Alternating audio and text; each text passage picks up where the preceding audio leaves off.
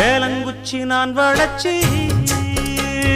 வில்லு வண்டி செஞ்சு தரேன். வண்டியில வஞ்சி வந்தா வள்ளச்சி கட்டி கொஞ்சம் வர